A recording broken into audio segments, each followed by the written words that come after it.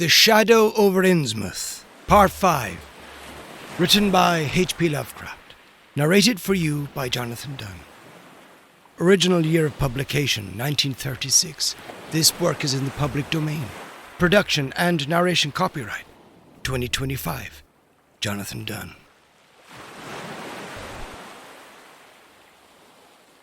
It was a gentle daylight rain that awaked me from my stupor in the brush-grown railway cut, and when I staggered out to the roadway ahead I saw no trace of any prints in the fresh mud. The fishy odour, too, was gone. Innsmouth's ruined roofs and toppling steeples loomed up greyly toward the southeast, but not a living creature did I spy in all the desolate salt marshes around. My watch was still going and told me that the hour was past noon. The reality of what I had been through was highly uncertain in my mind, but I felt that something hideous lay in the background. I must get away from evil-shadowed Innsmouth, and accordingly I began to test my cramped, wearied powers of locomotion. Despite weakness, hunger, horror, and bewilderment, I found myself after a long time able to walk, so started slowly along the muddy road to Rowley. Before evening I was in the village, getting a meal and providing myself with presentable clothes. I caught the night train to Arkham, and the next day talked long and earnestly with government officials there, a process I later repeated in Boston. With the main result of these colloquies, the public is now familiar, and I wish, for normality's sake, there were nothing more to tell. Perhaps it is madness that is overtaking me. Yet perhaps a greater horror, or a greater marvel, is reaching out. As may well be imagined, I gave most of the foreplanned features of the rest of my tour, the scenic, architectural, and antiquarian diversions on which I had counted so heavily, nor did I dare look for that piece of strange jewellery said to be in the Miskatonic University Museum. I did, however, improve my stay in Arkham by collecting some genealogical notes I had long wished to possess. Very rough and hasty data, it is true, but capable of good use later on when I might have time to collate and codify them. The curator of the Historical Society there, Mr. E. Lapham Peabody, was very courteous about assisting me, and expressed unusual interest when I told him I was a grandson of Eliza Orne of Arkham, who was born in 1867 and had married James Williamson of Ohio at the age of 17. It seemed that a maternal uncle of mine had been there many years before, on a quest much like my own, and that my grandmother's family was a topic of some local curiosity. There had, Mr. Peabody said, been considerable discussion about the marriage of her father, Benjamin Orne, just after the Civil War, since the ancestry of the bride was peculiarly puzzling. That bride was understood to have been an orphaned Marsh of New Hampshire, a cousin of the Essex County Marshes, but her education had been in France, and she knew very little of her family.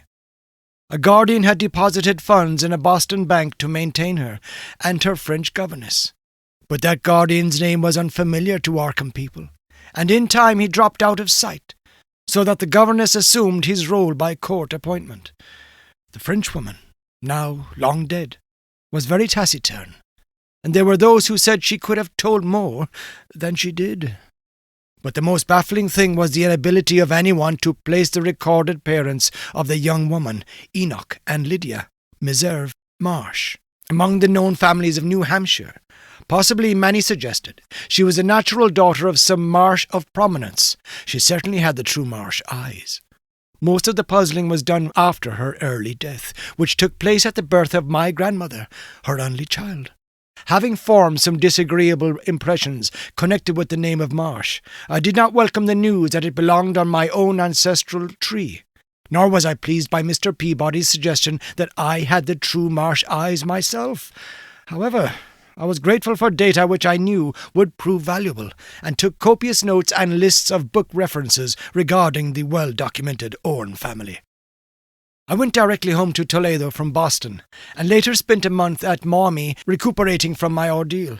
In September I entered Oberlin for my final year, and from then till the next June was busy with studies and other wholesome activities, reminded of the bygone terror only by occasional official visits from the government men in connection with the campaign which my pleas and evidence had started. Around the middle of July, Just a year after the Innsmouth experience, I spent a week with my late mother's family in Cleveland, checking some of my new genealogical data with the various notes, traditions, and bits of heirloom material in existence there, and seeing what kind of connected chart I could construct. I did not exactly relish the task, for the atmosphere of the Williamson home had always depressed me. There was a strain of morbidity there, and my mother had never encouraged my visiting her parents as a child, although she always welcomed her father when he came to Toledo. My Arkham-born grandmother had seemed strange and almost terrifying to me, and I do not think I grieved when she disappeared. I was 8 years old then, and it was said that she had wandered off in grief after the suicide of my Uncle Douglas, her eldest son. He had shot himself after a trip to New England, the same trip, no doubt, which had caused him to be recalled at the Arkham Historical Society. This uncle had resembled her, and I had never liked him either. Something about the staring, unwinking expression of both of them had given me a vague, unaccountable uneasiness. My mother and Uncle Walter had not looked like that. They were like their father, though poor little cousin Lawrence, Walter's son, had been an almost perfect duplicate of his grandmother before his condition took him to the permanent seclusion of a sanitarium at Canton.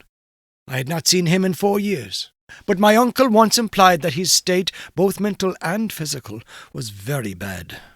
This worry had probably been a major cause of his mother's death 2 years before. My grandfather and his widowed son, Walter, now comprised the Cleveland household, but the memory of older times hung thickly over it. I still disliked the place, and tried to get my researches done as quickly as possible. Williamson records and traditions were supplied in abundance by my grandfather, though for oral material I had to depend on my Uncle Walter, who put at my disposal the contents of all his files, including notes, letters, cuttings, heirlooms, photographs, and miniatures. It was in going over the letters and pictures on the Orne side that I began to acquire a kind of terror of my own ancestry. As I have said, my grandmother and Uncle Douglas had always disturbed me. Now, years after their passing, I gazed at their pictured faces with immeasurably heightened feeling of repulsion and alienation. I could not at first understand the change, but gradually a horrible sort of comparison began to obtrude itself on my unconscious mind, despite the steady refusal of my consciousness to admit even the least suspicion of it. It was clear that the typical expression of these faces now suggested something it had not suggested before, something which would bring stark panic if too openly thought of. But the worst shock came when my uncle showed me the Orne jewellery in a downtown safe deposit vault. Some of the items were delicate and inspiring enough, but there was one box of strange old pieces descended from my mysterious great-grandmother, which my uncle was almost reluctant to produce. They were, he said, of very grotesque and almost repulsive design, and had never to his knowledge been publicly worn, though my grandmother used to enjoy looking at them. Vague legends of bad luck clustered around them, and my great-grandmother's French governess had said they ought not to be worn in New England, though it would be quite safe to wear them in Europe. As my uncle began slowly and grudgingly to unwrap the things, he urged me not to be shocked by the strangeness and frequent hideousness of the designs. Artists and archaeologists who had seen them pronounced the workmanship superlatively and exotically exquisite, though no one seemed able to define their exact material or assign them to any specific art tradition. There were 2 armlets, a tiara, and a kind of pectoral, the latter having in high relief certain figures of almost unbearable extravagance. During this description I had kept a tight rein on my emotions, but my face must have betrayed my mounting fears. My uncle looked concerned, and paused in his unwrapping to study my countenance. I motioned to him to continue, which he did with renewed signs of reluctance. He seemed to expect some demonstration when the first piece, the tiara, became visible, but I doubt if he expected quite what actually happened. I did not expect it either, for I thought I was thoroughly forewarned regarding what the jewellery would turn out to be. What I did was to faint silently away, just as I had done in that briar-choked railway cut a year before.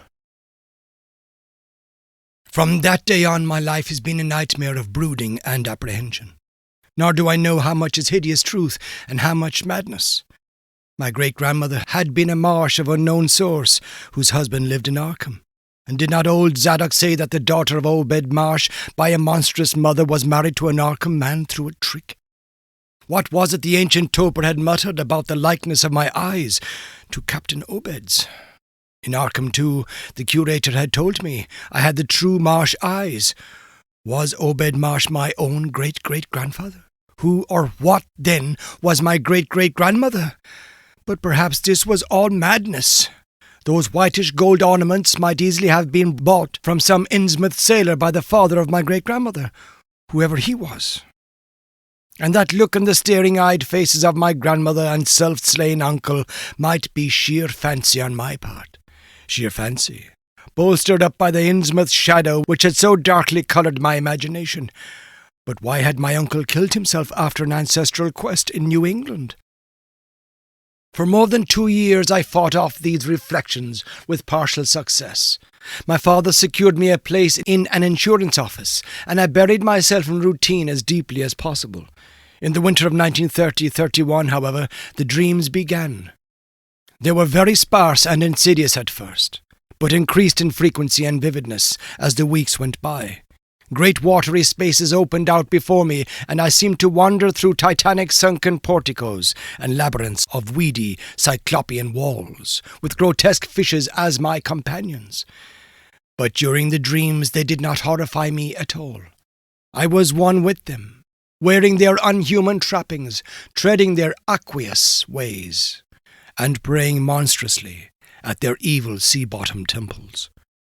There was much more than I could remember, but even what I did remember each morning would be enough to stamp me as a madman or a genius if ever I dared write it down.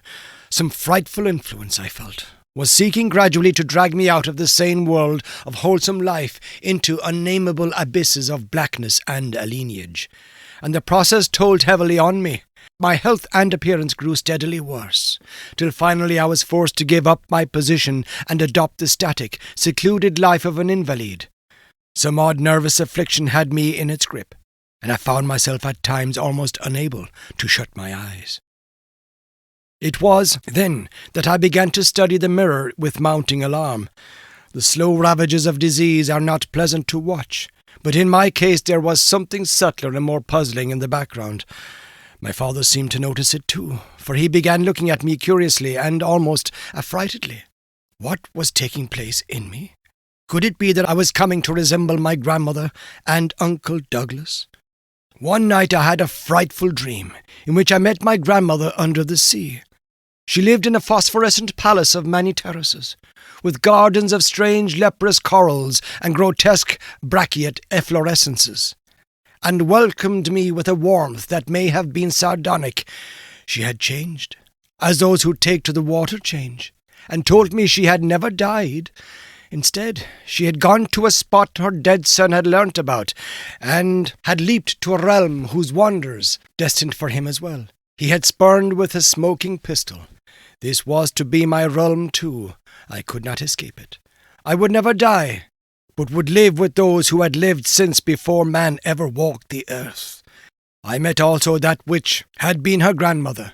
For 80,000 years, Pithithlié had lived in Yanathlié, and thither she had gone back after Obed Marsh was dead. Yanthlié was not destroyed when the upper earth men shot death into the sea. It was hurt, but not destroyed.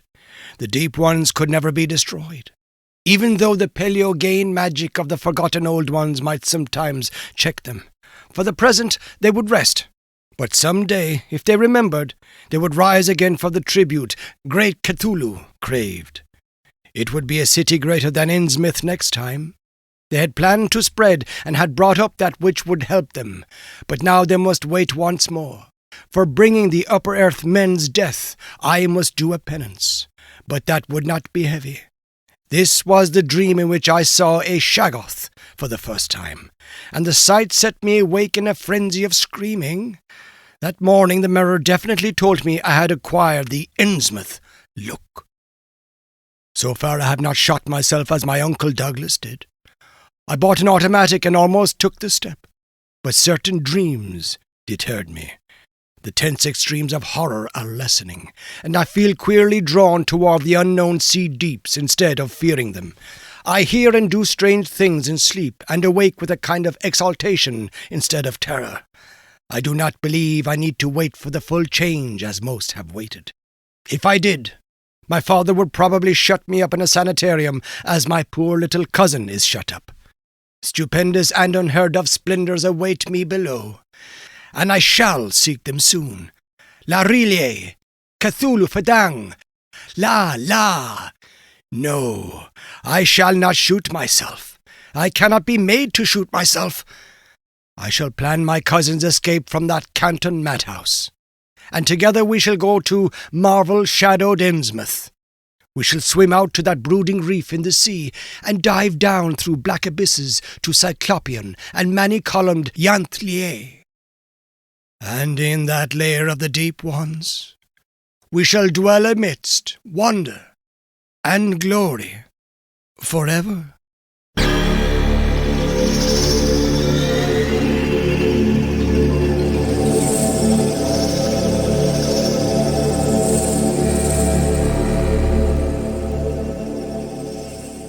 This has been The Shadow over Innsmouth, Part 5, written by H.P. Lovecraft, narrated for you by Jonathan Dunne.